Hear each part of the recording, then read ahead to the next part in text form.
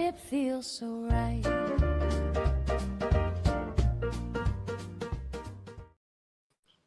Right, welcome everybody to the Loft Line podcast. Sorry we were a bit late tonight. We had a few technical difficulties. Jamie Langrish messing about. So I'd just like to say thank you for everybody. And tonight's guest is Zach, the one and only Zach from the Bird Lounge podcast. Zach's very much involved in all kinds of different aspects of keeping birds and budgies and finches and all sorts. Plus, he's one of the lads that's just going to start racing pigeons. So, welcome, Zach. Yeah, I think he's having a bit of technical difficulties with his earphones at the minute, Bob. Oh, we'll get him in. Well, at least we know he's here because he's on the thing, don't we? So, we know he's here, so it's all right, isn't it? So, how's things going, Jamie, Tom? Everything all right? Yeah, good, Tar. Yeah, good, Bobby. Yeah, we're just going through the motions now. Everything's it's like you said last week. It's starting now, isn't it, to get busy, isn't it? Do you know what I mean? It's all good. I mean, I've just took that partition out of my Youngbird loft today, and it's just a completely different loft. Yeah, it was too small, 2 sections, wasn't it? Yeah, it's too much, mate. Yeah. No, they need room. Thanks, Shaz. I've just got some messages passed here off my technical assistant, Sharon. So just while Zach's trying to get his I lost you then. I couldn't hear you. Sorry, guys. All right, no, mate. So I'll introduce you again.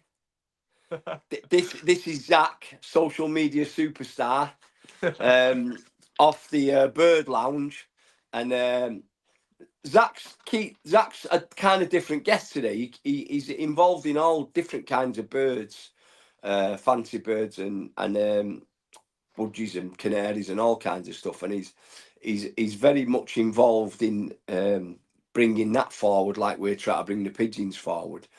And also, he's just about ready to start racing pigeons himself. So, welcome, Zach. Thank you. Welcome, mate. It's a totally different hobby to what I've seen before compared to the other bird worlds. Anyway. Yeah. I mean, what? Just so the viewers that if there's anybody that don't know you, just tell us what your Bird Lounge is about, Zach, and what it does. Well, basically, I got into birds when I was about 12, 13 years old. Did that all the way until about 16, 17. Left the hobby, and that was mainly poultry, looking after aviaries for a guy that was ill. Cut a long story short, I got back into the hobby about 5 or 6 years ago. And I noticed nothing had changed. If anything, it's declined compared to what it was like back in the day. It's kind of the same in pigeons, isn't it, lads? It's everywhere you're looking, and I believe since COVID, everything's had a good whack. You know what I mean, in regards to declining. Not really got to sell back since that. Yeah. So I were online. I wanted to get back into the budgies more than anything. I was trying to find a good video to watch. Something I could relate to. There was nothing other than people in foreign languages had something similar, which we're listening anyway. Cut a long story short, I decided to start the Bird Lounge, and it's started to rally, really rally. I think for the fact I'm not a guru by any way, shape, or form. I'm a rookie. I'm a guide to the bird world in my way. But what I wanted to do is look at all different angles of the bird world. For example, pigeon racing world. Like tomorrow, I'm going to see roller pigeons. They're going to show me that side of things. Yeah. So here I am on your show because I seen you, and then I've got the bug for pigeons a little bit. Right. So how are you going to start? I know. But this is for the viewers. So how are you going to start in racing pigeons, Zach? What I want to do is, as you know, when I come round to see you, I didn't know anything whatsoever to do with pigeons, and I want to, for the sake of the channel, throw myself in the deep end as a rookie, like to come on these channels, learn off you guys, learn from you in particular. Now, I was going to look down the racing pigeon side of things like you boys are into. Yeah. But I'm thinking for this season round, I just want to do it a little bit different. Go into the all white, pure white races. That's what I'm wanting to do. I've heard, obviously, the whites are never your Ferraris of the pigeon world. I've heard that. I don't know if that's true or not. Yeah. But is there any white champions out there? There's not really. Oh, yeah. Yeah, there is. Yeah, Right. so just a minute, Zach, and we'll tell you. I mean, I mean, the first white pigeons that comes to mind are Roland Janssens, aren't they? And Rapido Busharts and that, lads. Correct me if I'm Yeah. wrong. Right. I think in any strain, Zach. I know a lot. We see obviously through the pigeon press. There's a lot of pure white top champions. We've seen plenty, haven't we, Jamie? You know, Yeah, over the years. yeah, there is. I Yeah. can't think of off the top of my head, but there is. I Yeah. think Rapido Busharts was white, wasn't they? Yeah, yeah, A lot, yeah. a lot of the first and Busharts. Zach, Busharts are a very old strain of pigeons from Belgium, and Right. they had some white champions, didn't they? I mean, proper, Yeah. real white champions, and just at the minute, believe it or not, in pigeon racing, a lot of people now are having these grizzle pigeons, aren't they? Yeah, yeah. You know Yeah. what grizzles are like, black and white ones, speckled, and Yeah. it's gone absolutely berserk. You know what I mean? And it, do you know what I mean? Yeah. So, I believe. But it just shows that there's obviously winners coming through them, else they wouldn't be going berserk. Yeah. You know, we got the Roland Janssens a few years ago, and they didn't do much for us. Yeah. And grizzles went quiet again, and then all of a sudden, all these different breeds are coming in now, and they're doing well for people. You know, my dad's got that white man there. That's breeding winners.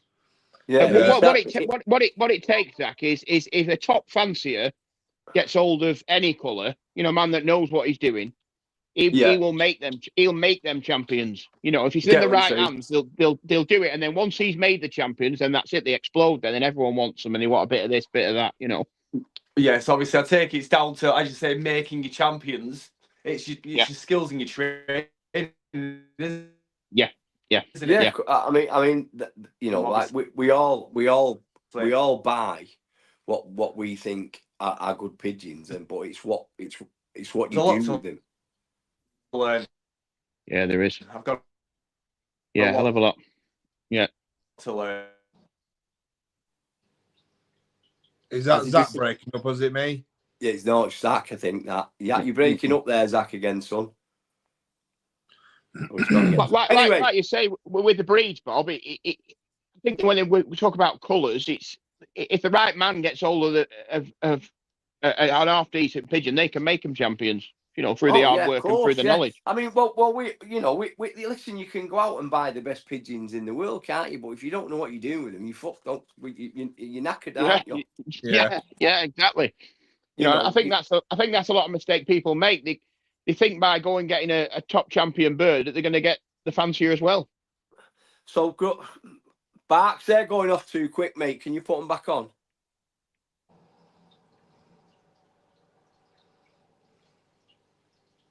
Can you put them back on, Barks? They're going off too quick, then, mate. I can't read them. So, grow your own Northwest. All right, Chris, how you doing, mate? Thanks for joining us. Chris said he thinks it's just harder to build a winning family around one particular colour, like white. Yeah, of course. Hello, Zach. You okay? Hello. Are you back, Zach? Hello. Sorry, lads. I'm having a nightmare with this bloody connection. You have to put another 50 pence in that meter, Zach. Sorry. So John Sheehan said the basket is the great equaliser he's heard. Well, obviously, you know, what we was just saying, Zach, when you disappeared was that, you know, you can go out and buy the greatest pigeons in the world, but you've really, really got to know what you're doing with them. You know what I mean?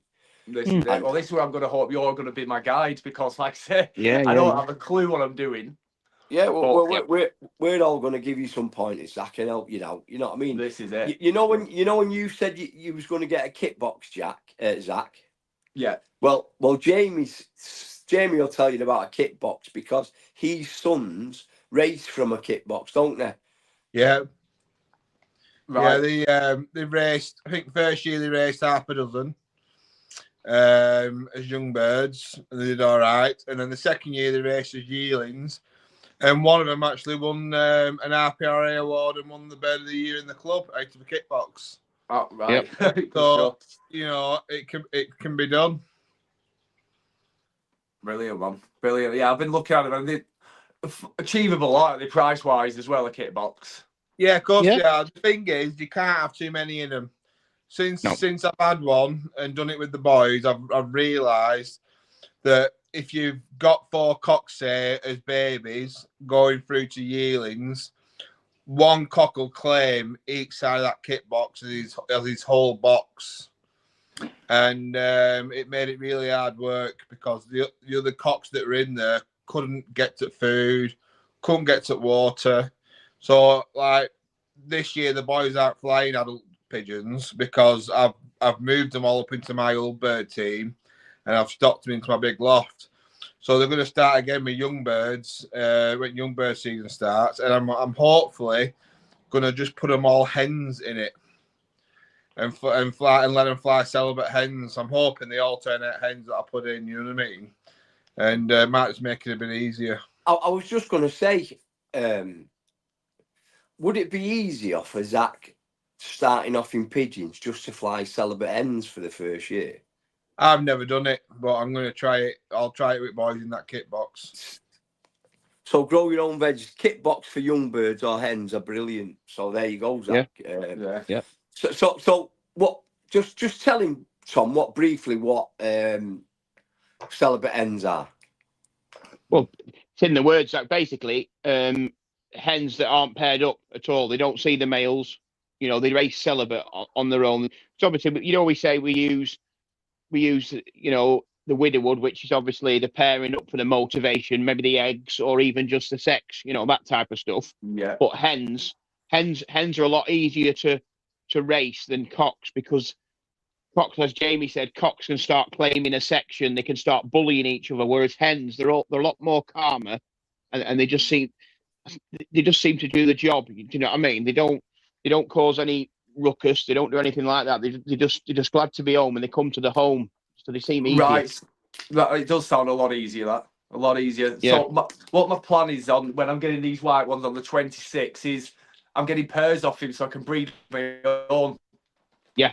So in that scenario, what would I do with the cocks? Would I just sell them on and just keep my eggs? You could do that. Yeah.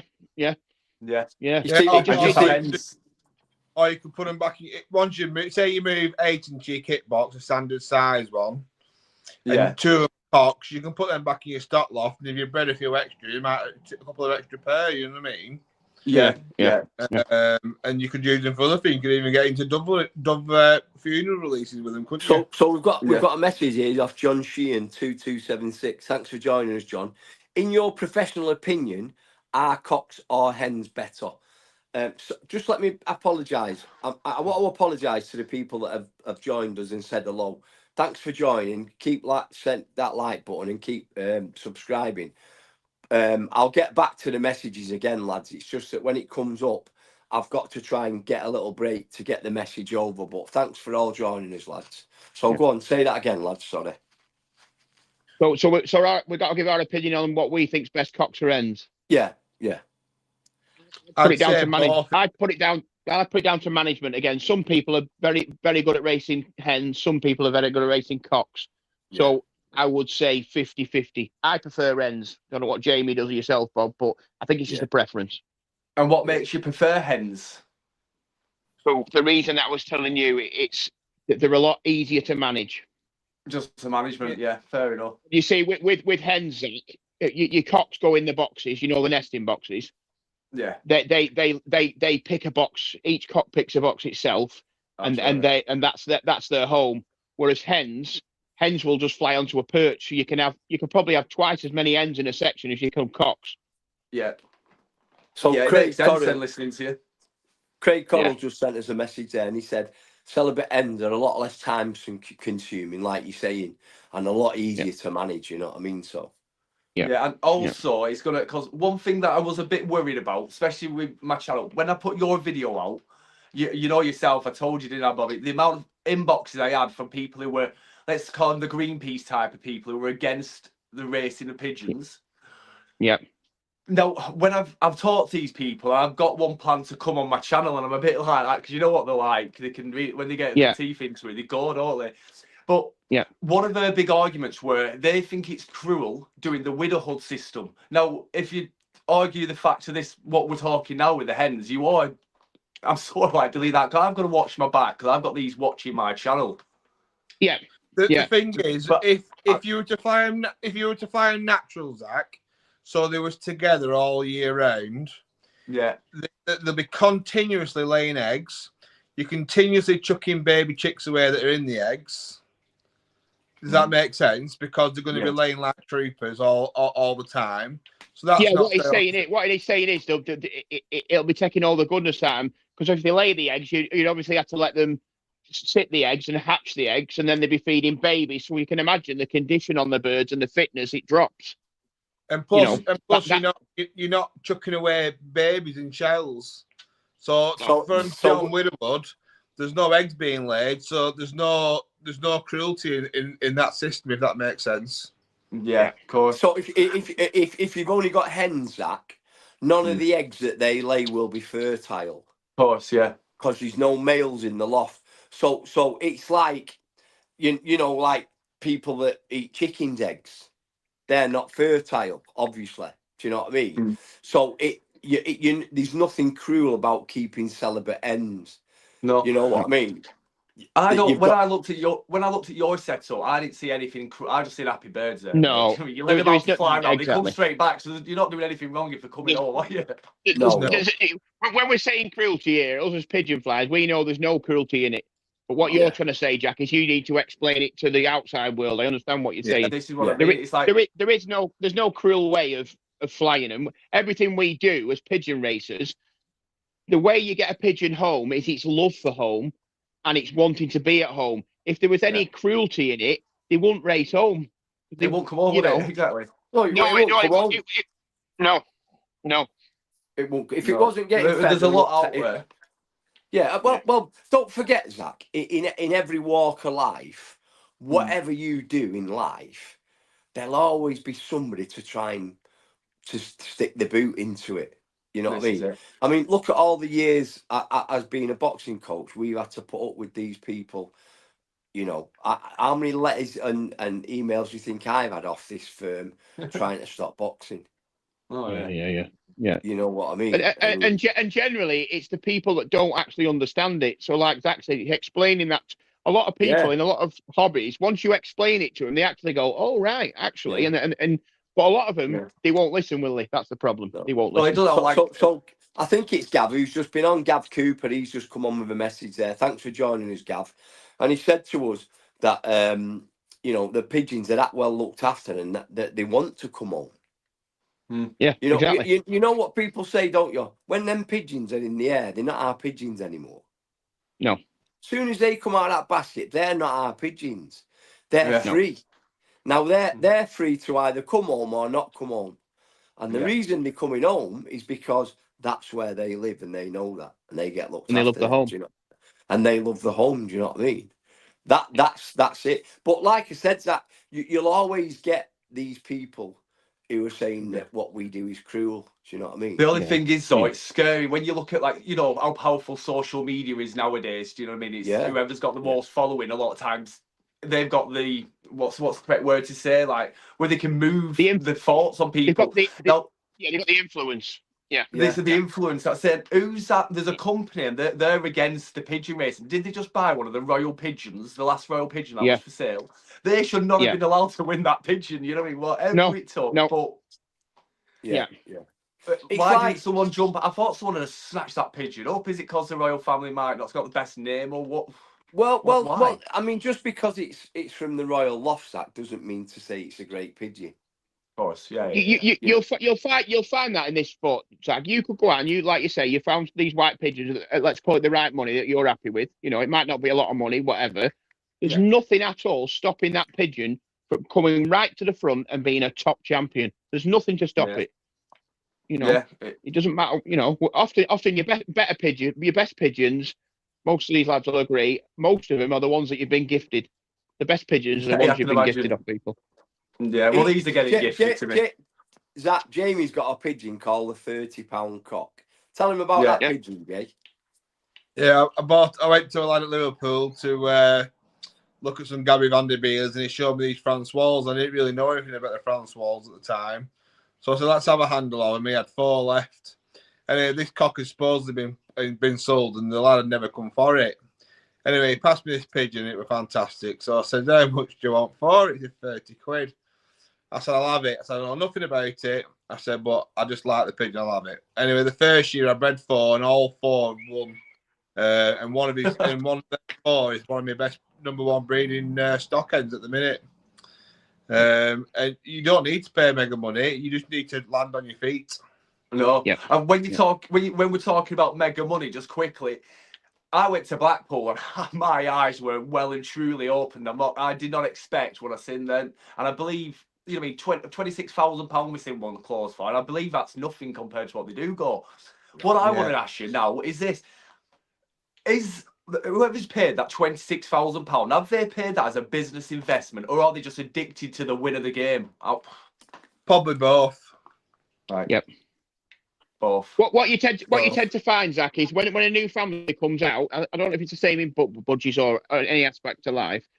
Yeah. When a new strain comes out, that first, let's say the first pigeon from that strain that's put in auction has to make big money, because if that pigeon doesn't make big money, obviously then its grandchildren and great grandchildren get worth less and less and less. You try and you know. So in my opinion, the likes of that pigeon, that made that sort of money because it had to. Start, obviously. So tell me, so whoever's paid 27 grand for that pigeon, right? What will they be doing with that bird when they get home to make the money back if it's an investment? Would they, I nearly said pimp it out. So it's like, Study it's like Oh, yeah, you're right. You're right. It's They've like got horse the racing, system. Zach. It's similar to horse racing.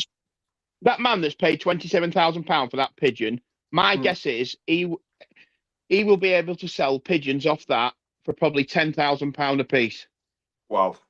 Right. It won't take him long. It won't, and the grandchildren will be worth £5,000 a piece. So it's a good investment, really. It's yeah. If it's marketed right, and obviously you've got the right people behind it. Let's say the right people racing the children. And what they often do, them type of people, is they'll get a top pigeon like that, and they'll put them that family of pigeons out to top fanciers to race, because you know, like we were saying before, somebody knows what he's doing, and so then it'll be a £27,000 pigeon, and its children and grandchildren will be winning. So everyone's like, right, we'll have a bit of this, and it's a brand. That's what it is. Yeah. Right. Cool. You've answered that for me. Thank you. Okay, I weren't too sure. I'm thinking, are these lads just addicted to winning, and who's got the most money wins type thing? But like horse racing, for example. You know what, Zach? You know this pigeon racing. It's a proper leveler.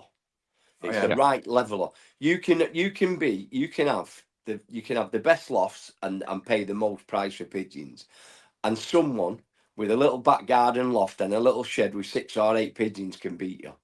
Yeah, just take it. Yeah. Look, when you say it's a level, I mean, if you don't know what you're doing with these pigeons, you've got no chance with it. Do you know what I mean? That's why I said to you, you've got to really learn, and you've got to educate yourself with it, like you've done with the bird, the budgies and stuff like that. You know, you think, all right, you win a race and you think, right, I've smashed it now. Next week you last. Yeah, I know what you're saying. Right, fair enough. I get it. It's like that. I mean, don't forget, everybody that goes to the club on a Friday night with the pigeons wants to win. Yeah. You know, you get the odd bloke who says, "Oh, I'm only doing it for the sport. Like I'm only doing it for the." No, they're not.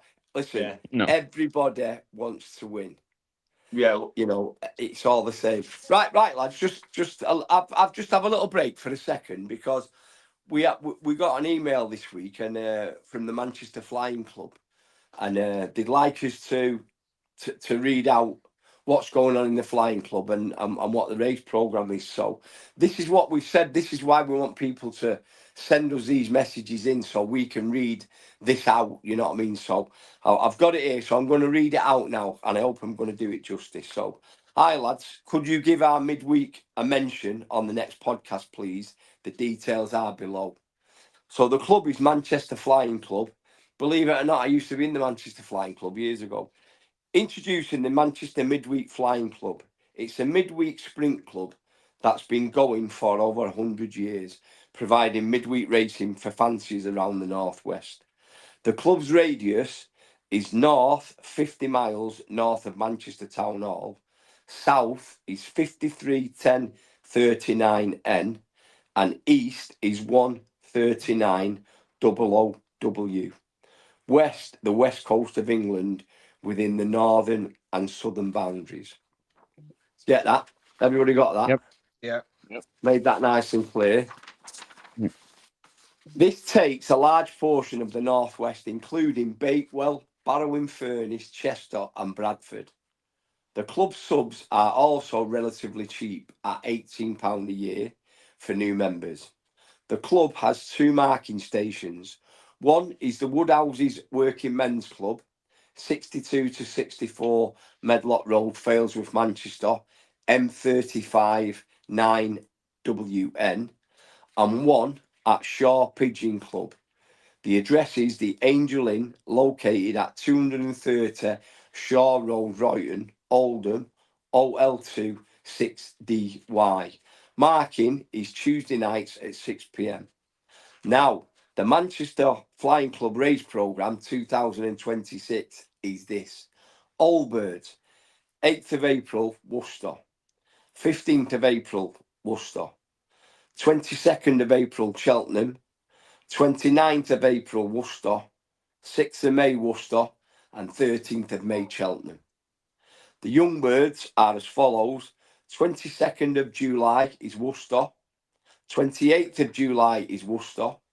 5th of August is Cheltenham. 12th of August is Worcester. 19th of August is Cheltenham. And the 26th of August is Worcester. If anyone would like to join, please send applications to manchesterflying@yahoo.com. I'll say that again, manchesterflying@yahoo.com. That's not a bad midweek race, club race, that is it, lads? No. No, it's all right. Sir. We're in the radius for that, aren't we? Yeah. Right. So I hope I've done that justice, lads. So there you go. So hang on, we've got a message here from Tom Hewitt, P5R. The next big name is Tom Van Gerver. He had an auction today and an average of 10 grand a pigeon. Wow. What about Yeah. that, lads? That's the start. That's the start that I was telling you about, Zach. Average Yeah. 10,000 a piece. That sets the precedence now for the money. It's an all-brainer, really. If you're in the hobby and you've got that lying around, it could be a good investment, couldn't it? If it don't die Yeah, away, all that is. Of course, mate. Exactly. Hang on, lads. I've got John Sheehan 2276. Thanks for joining us, John. Do you think the rising price of birds is killing the sport and taking it away from the working man's sport that pigeon racing is supposed to be? Well, what do you think, No, lads? because you just said you can make it even the slow one a winner, can't you? Yeah. Yeah. You can just you don't. You spend what you want to spend, don't you? Yeah. If I was a millionaire, I wouldn't spend 30 grand on a pigeon. Yeah, exactly. And I know a lot of people keep saying that you need to buy right near close to the tree, but the tree dies out and the generations have to keep going. So if you bought great grandchildren of a champion and you bought 10 of them, there's going to be one in them that's going to be a good one. Yeah. The thing is with this, Zach, is these new strains that come out. I bet it's exactly the same with the aviary birds and the budgies. People see the new strain, but they don't think, where's that come from? They don't come out of thin air. That's come from another strain, or they don't just come out of thin air. These pigeons, and what they are, the families, they're basically a fancier who's made. Well, let's call it a family. It's more of a strain. They've made their own strain, and that starts again. But they've been bred from generations of other strains. They all come from the same place. Yeah. I mean, if you base it on breeding winner to winner, your best cocks to your best ends, it don't really matter what strain they are, does it? No.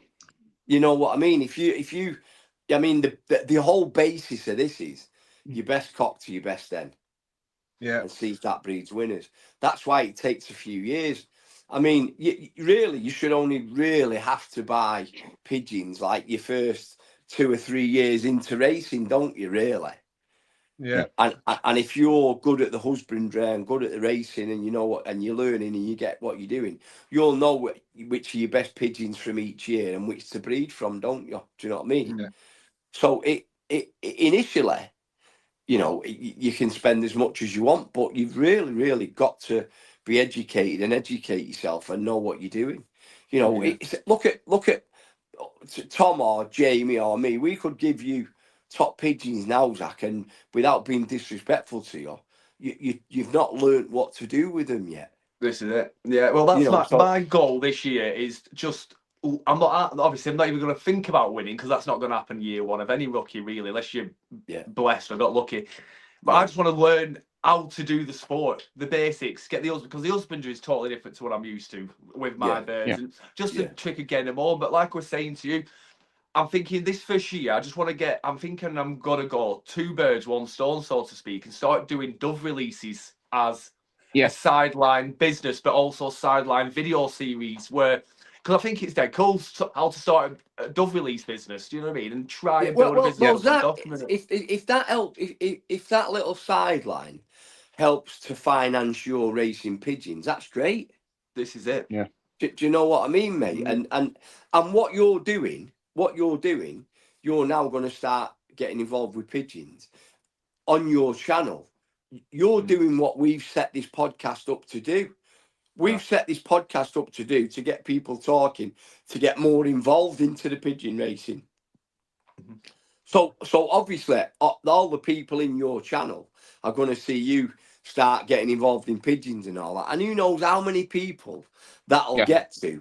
And what's really good about what you're doing, Zach, is your outlay's not going to be too much because you're buying a kit box.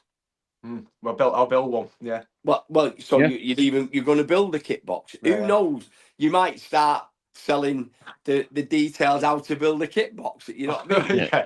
But you know, building a kit box, you know, is a great way of starting racing pigeons, isn't it? It is. Yeah. Fantastic. I mean, like Jamie said, look at these 2 boys. They've got a kit box and they've been winning races and won an RPRA award. These 2 young boys. It's like we were talking about Jamie's kit box. Me and Jamie are sat there one day, we're racing against each other in the same race. We're in different areas, but we're in the same race. I'm sat here with 150, 200 foot of loft, and Jamie's got, I don't know, maybe 50, 60 foot of loft. And one pigeon comes and drops into his little rabbit hutch thing and beats us both. And he couldn't believe it. You know me, I couldn't believe it. But that's the beauty about pigeon racing. It's not about the money, the size. It's about the pigeon loving home and wanting to be in that loft. They don't care what it looks like. I can imagine. I can't wait for that feeling. You know, when you first do your first toss and they come home to you. I can imagine that is special. That. Well, Darren Lynch has just joined us. Thanks. And he said what we said before. You'll always find normally your best pigeons are ones that are gifted to you. Do you know what I mean? Yeah. And Leighton Millthorpe 8670. Thanks for joining us, Leighton. Pigeon racing is a great sport. You can race from a cardboard box or 100-foot loft, and it's all down to the skill of the flyer. That's exactly what we're talking about, isn't it? Do you know what I mean? Yeah. But I think Zach, I think you'll be all right because you're in the bird scene already. And I think the biggest thing to look out for is looking when something's not just right. And I think you'll have that anyway. You know, when something's just off colour, or you should have that in you already, I would imagine. You know. Yeah. And I think that'll be a big plus for you, I think. You must look in your cages, Zach, and see one that's not looking good and think, well, instantly, you know, I get to know them. So you've got a great start in it, Zach. You know what I mean? That's it. But it'd be really interesting to watch you on a smaller scale.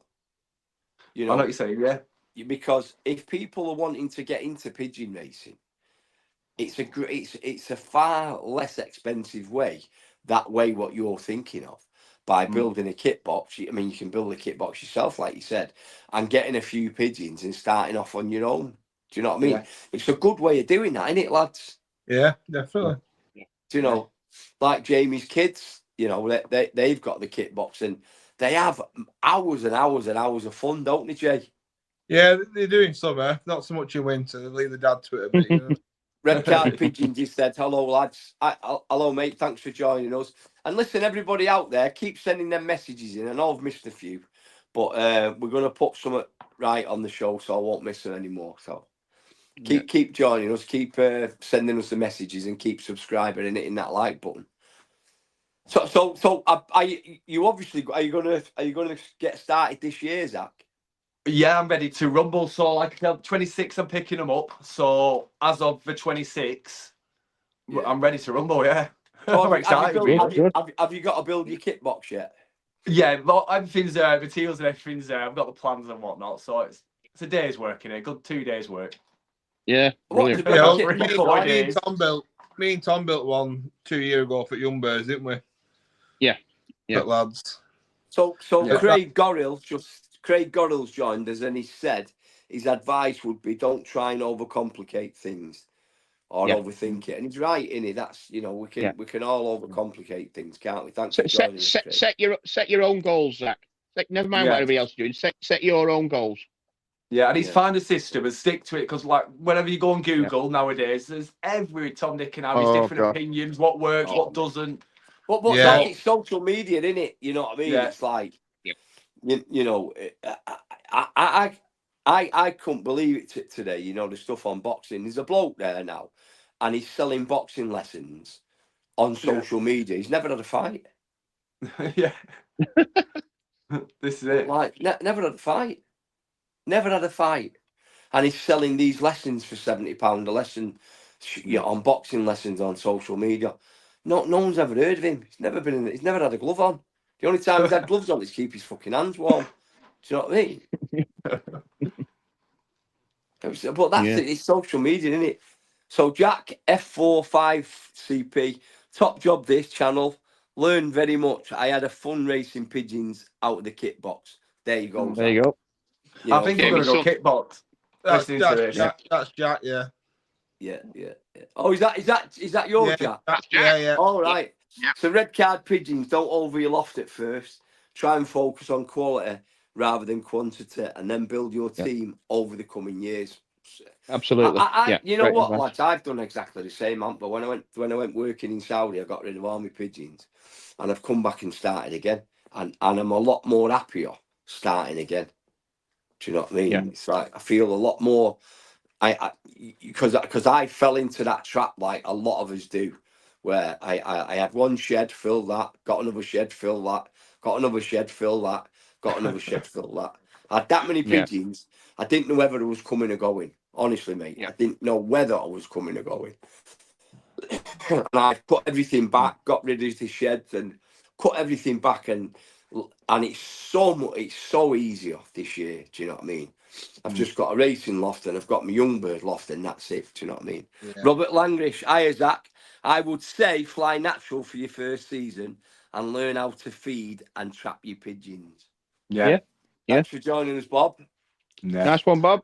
Yeah. I'm going to keep it bare basics. I am for this first season round. Yep. Next season might be different, but like I say, just do the bare basics. Yeah. Rhino animal pigeon racing is simple, but we overcomplicate it. Yeah, true. Yeah. I suppose that. I suppose keeping the birds that you keep and all that, you can start reading about finches, how to keep them and all that, and before you know where your head's falling off with it, isn't it? Well, this is the whole idea why I wanted to come around and see you to start with, Bobby. It's like I want aim of my videos. I want it so an absolute idiot like myself who didn't have a clue about pigeons could come watch 1 or 2 episodes and know the ins and outs. It's like this episode, for example, of you guys. I watched 2 or 3 of your episodes knowing I was coming on this channel. I was watching, I didn't understand half of what you were on about. But we need videos dedicated to the newbies. Definitely. It's broken down so idiot-proof. Yeah. I mean, sometimes first year, just enjoy your pigeons and don't expect too much. That's from Sue Pete 46. Thanks for joining us, Sue. That's what it is, Jack. What people forget is that it's a hobby at the start. Plain and simple, it's a hobby. But then what happens is you win a race, and the next thing, you're off. Like you want to win every race. You know what I mean? Because there's nothing like you know, there's nothing like winning, is there? I mean, that's what life's about, winning, Well, isn't it? You know what I mean? Dopamine, innit? Everyone wants dopamine. Yeah. You know, you get all these people saying, "Oh, I'm not really asked about winning." Yeah, you are. Yeah, they are. Everyone is. Yeah, you are. Listen, well, why are you coming to the club with your baskets on a Friday and you're not asked about winning? Yes, you are. You know what I mean? Yeah. So Chris Ryan, hello Chris. Chris Ryan here. I remember a great piece of advice he was given once was, a good pigeon can change your season. Health is everything. Yeah. Thanks for joining us, Chris. Yeah, that's it, Zach. You know, your pigeons have got to be healthy. That's the main thing. And you've got to learn that husbandry, haven't you, and make sure they're right and they're healthy. I'm looking like what's the ultimate stuff to make them healthy? I've seen a lot of people recommending in the water. Now, Zach, we're going down that rabbit hole now because let me tell you. A little dip in it. Am I right in hearing? Am I right in hearing water, apple cider vinegar, and garlic powder and ginger? No. Yeah, well, that's all good, Zach. But there's that many products on the market, and there's that many people now that just treat willy-nilly. So the best advice for any new starter is this: get the address of a good vet like what we've got. We've all got a good vet, and then the best thing to do is send your dropping samples off to the vet. Right. Like Jamie said, Jamie swears by it, don't you, Jay? Yeah. It's 20 quid to get your dropping samples tested, and the vet will tell you exactly what it is. And so you scrape up the droppings from your whole lot? Yeah. So you clean them spotless today, absolutely immaculate. Yeah. You'd go out first thing in the morning, and you'd get the freshest poo you can find in the hut. Yeah. Put it into a container, and post it first class recorded delivery to your vet, and get it there as soon as you can, because the fresher the better. We've got the address. We've got the address of a good vet, Zach, can't we, Jay? That's really good. That. Yeah. And then you treat what they need treating for. Yeah. It's for me, you can give them fresh water and food, and they don't need anything else. But we all had vitamins. We all had B12 on a Thursday and Friday. We all had this. We do it because we want to try and give them the edge to win. But basically, they shouldn't need anything. If you just like stock pigeons. Yeah. Biggest thing for stock pigeons is grit and salts. To keep them hydrated, because obviously they're spewing that much fluids up feeding the babies. Yeah. They need it. But you just keep it simple. You can go on even Amazon now and look at pigeon medicines. Yeah. And there's thousands and thousands of them, Zach. So honestly, I mean, the best advice is get involved with a good vet. Like, we can give you the number for this vet that we all use. We got off Jamie's dad uses him, Tom uses him, and I've used him. And the best thing to do is when you get your pigeons, do what Jamie just said. Get some fresh pigeon shit, send it off to the vet, and let them have a look at it, and then they'll go, right, there you go. So that Terry Luscombe's just said, welcome to the sport, Zach. Just nice one. No, that's very interesting what you said there. That's a bit of information I didn't know before this podcast anyway. Even if I were keeping small birds like budgies and finches and canaries, same thing. Yeah. If I had your setup now, and you've not brought anything in all year, you've had a good breeding season, you've bred loads of finches, loads of budgies. If you went to an auction at the back end after finishing breeding, and you saw 10 budgies you really liked, would you bring them home and put them in with your aviary with your originals, or would you quarantine them and send the droppings off? 10 days to give them. Yeah, but you could send their droppings off the same as a pigeon. No, you're saying that worth doing. Yeah, of course, because if you put all that work and money into them, it's not worth risking your flock. Unless you know that breeder and you know them inside out that their birds are 100%, vaccinated or whatever budgie people do. Yeah. I wouldn't let them in the loft with my pigeons until, or my birds till I knew they were right. That's really definitely send me that number later on, will you? I'll send it you, mate. Speak to him. Don't worry. But that's the basis of everything, isn't it? I mean, you listen. you see on Facebook on the pigeon sites that some kid will come on and they'll go, "Oh, I've got watery droppings," and then within 30 seconds, 500 would-be vets have sent him, told him what to do. Yeah, try different. this. Yeah, try, and it's only pigeon men. It's not vets. Try this, do that, try that, do that. Yeah. And then you'll get the odd one that'll go, send your droppings off, because that blind treating's probably, they reckon it's the worst thing you can do, don't they, lads? Yeah. Well, yeah, you know, we used to treat for bits and bobs.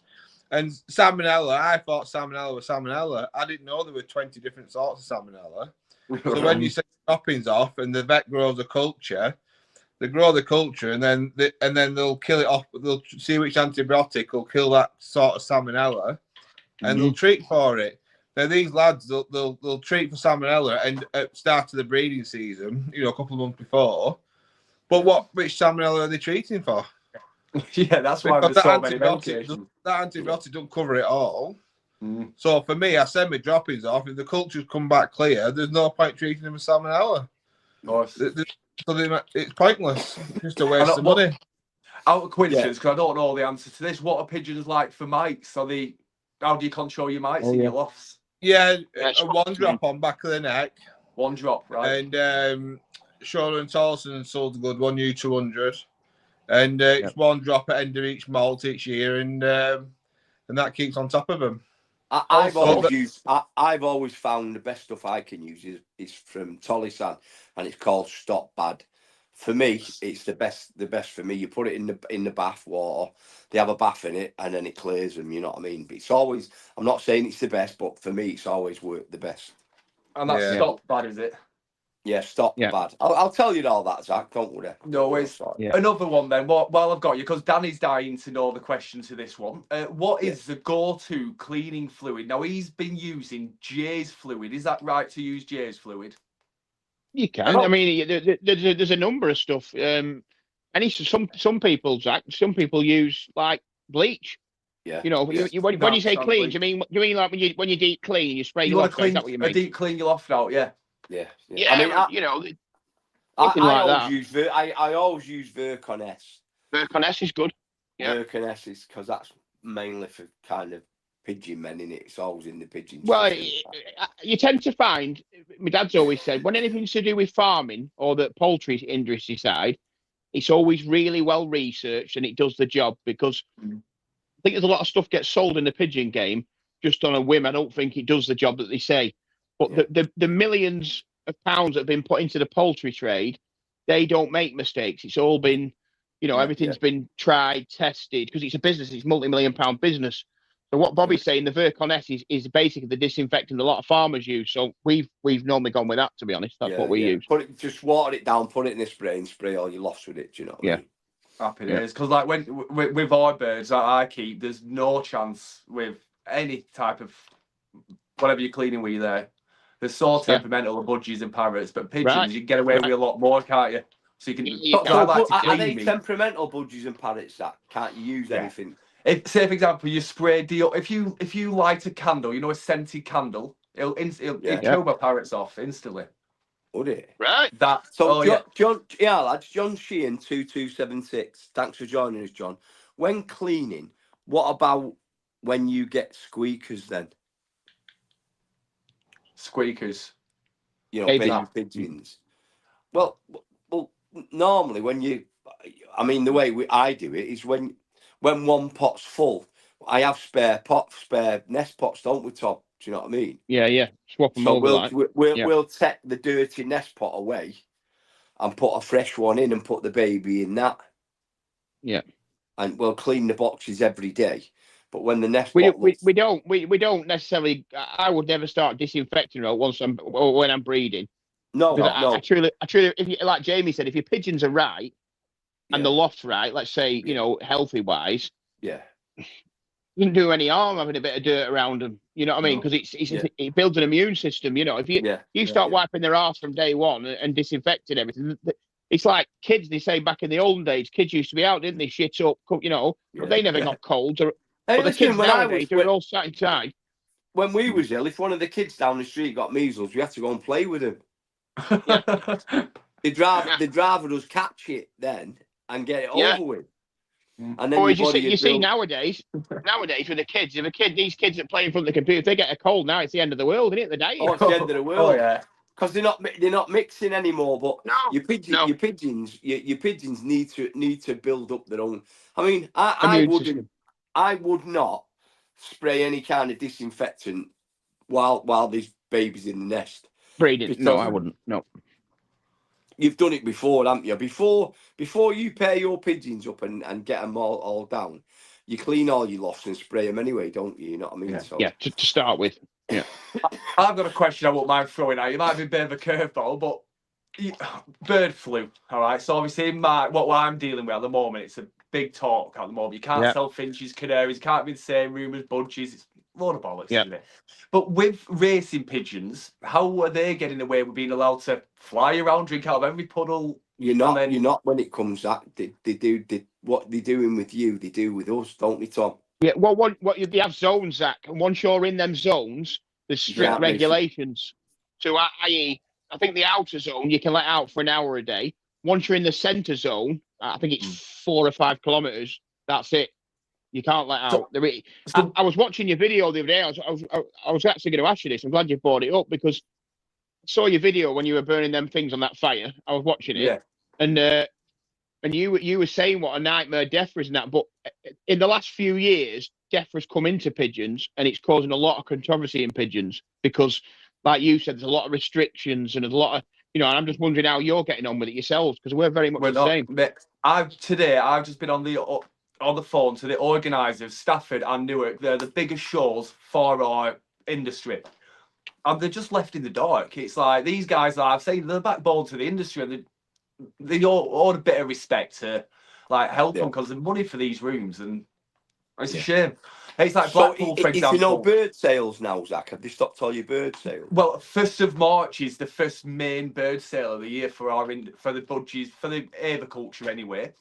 Yeah. And so far, you're not allowed to have canaries or finches in the area. Only hookbills, so budgies and parrots are allowed to go. It's like that's nearly 50%. But this is the annoying thing. There's not one finch or canary on record to have caught bird flu. Not one. So it's the same with pigeons. That pigeons can't get bird flu, can they, Tom? No, I'm not saying they can't get it, but there's been, like Zach said, there's been no proven cases. You don't hear it about pigeons. You hear nothing. You'd understand if you go into the auctions and they're saying aviaries are completely wrote off, or bird rooms are going in, all the birds dead. Right, we'll take precautions because last thing we want are birds to die because our birds are our mates, aren't they, as well? Yeah. It just doesn't make sense. It's like they're purposely trying to make things hard, like these industries. And people are saying to me, yeah, they're doing it because they're trying to monetize it, they're trying to tax it.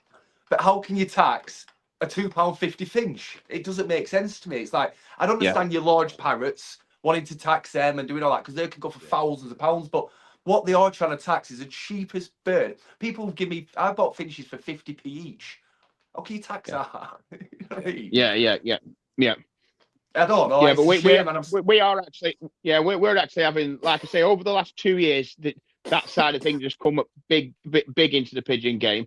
And obviously our governing body, the RPRA, they have done a few good things in that they've tried to fight that for us, and they're the ones that have pushed it to, how can I put it, for us to be able to let out and stuff. They've actually gone to the government. It's took years to try and, but end of the day, like with DEFRA, what they say goes, and unfortunately, it's such a massive industry, and the pigeon industry and the canary industry is nothing compared to the chicken industry, is it? The billions of so that's all they seem to be bothered about. But we seem to fall into their category. We haven't got the money or the force to fight it.